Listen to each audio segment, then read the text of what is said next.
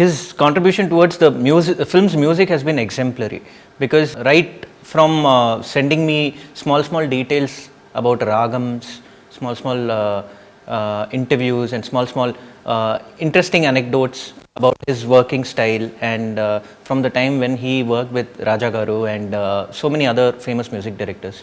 I've been learning a lot from him. Right from the start of the project, this whole journey has been very satisfying for me. The X factor, I would say, is Hanu is eccentric and I am equally eccentric. So it is like two mad people making music and making a very good film, which touches the core of the audience.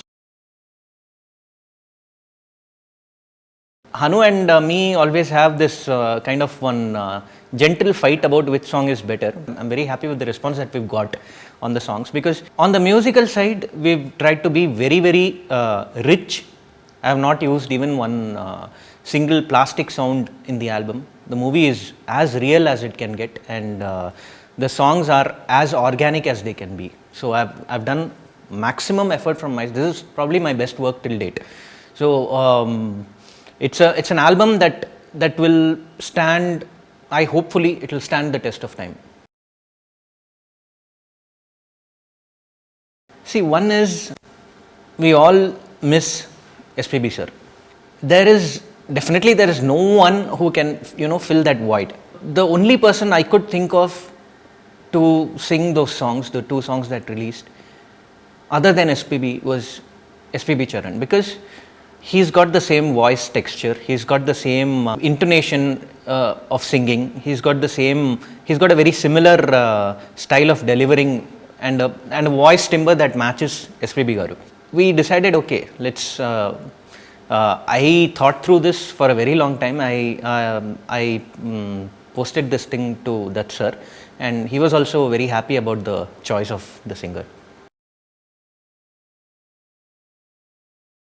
For O Sita specifically, Hanu was like, see, this is a travel song, and I want this song to be there for at least 10-20 years.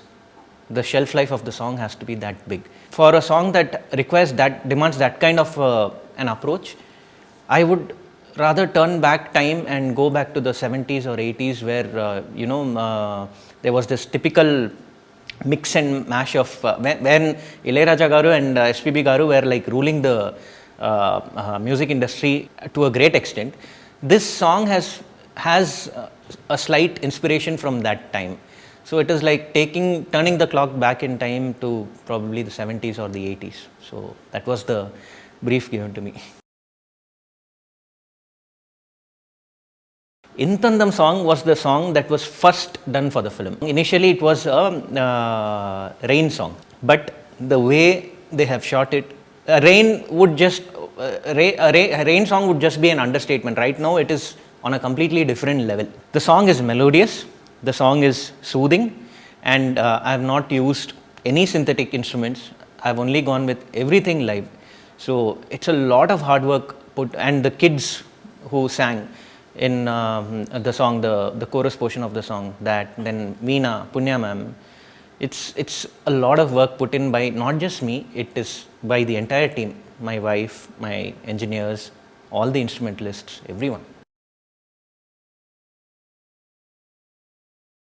I wouldn't say I have faced any challenges. Yes, there are a few challenges in making every song sound different. When I decided to sit and compose for this film, one thing was that since I'm not going to use any electronic instrument or any any synthetic instrument, I decided that every song should sound different. So the wide range of instruments that I've used, live instruments that I've used, mark for the difference in each and every song. That was the challenging part, because composing a classy tune, it comes naturally to me, but something that is very that holds the test of time, that comes only through live instruments and organic music. So I've tried my best to push that.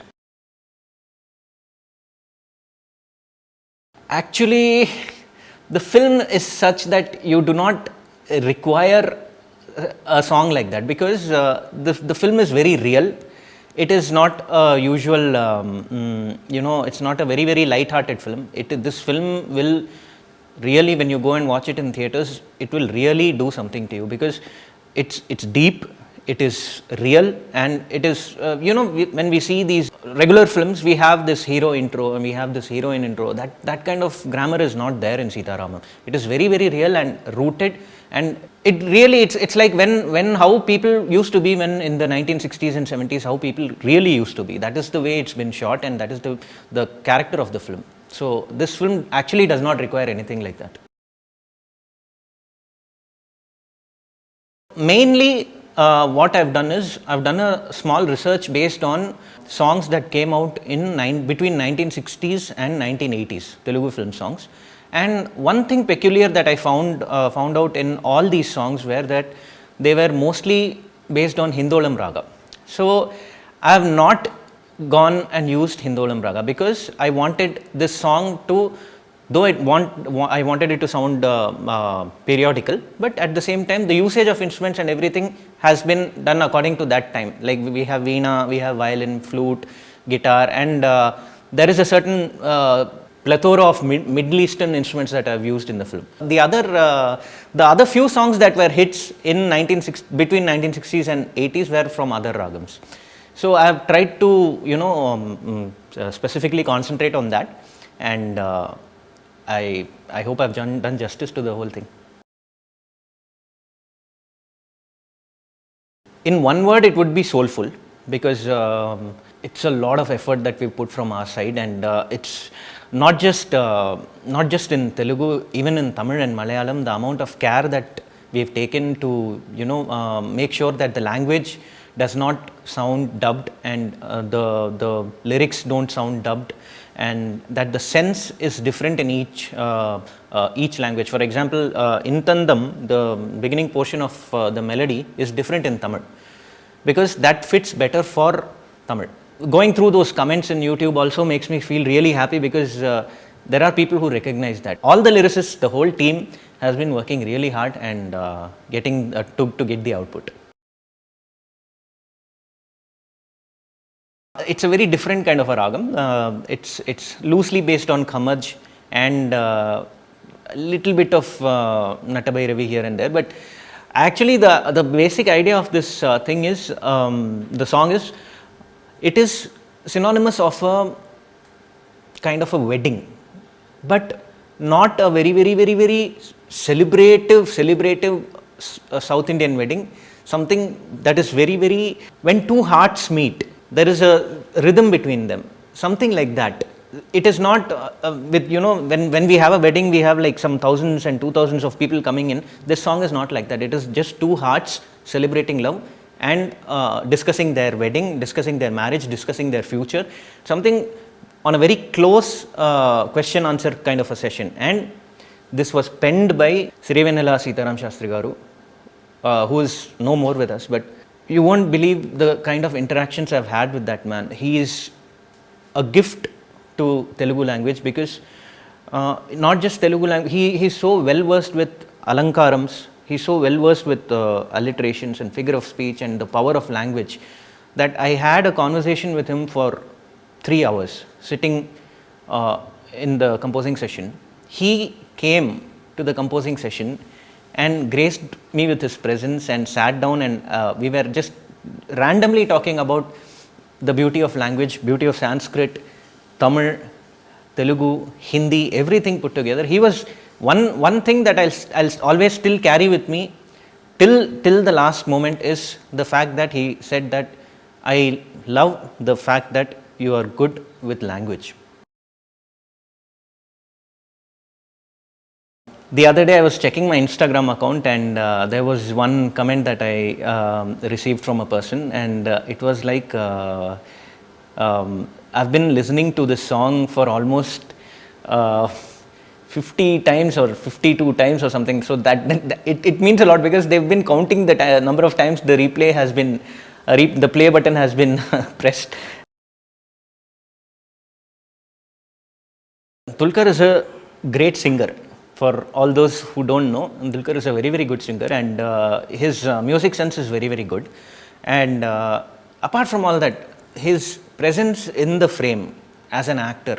I've seen most of his films, but in Sita Ramam, he's outdone himself. There are moments where I myself sitting while composing have become a little teary-eyed. So that's the kind of emotional, the emotional feeling that he gives you, even from the screen. So his performance is mind-blowing. There's this song, the song based on the letter theme. This comes throughout the film.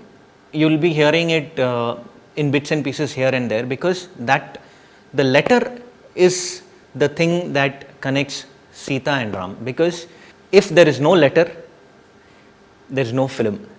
And this song is as important as the letter, because every time Ram is remembered, this letter song is remembered. Every time Sita is remembered in the film, the letter song is remembered. So it is loosely based on the Rag Jog, and it is a very, very, it's a very, very mystic kind of a tune.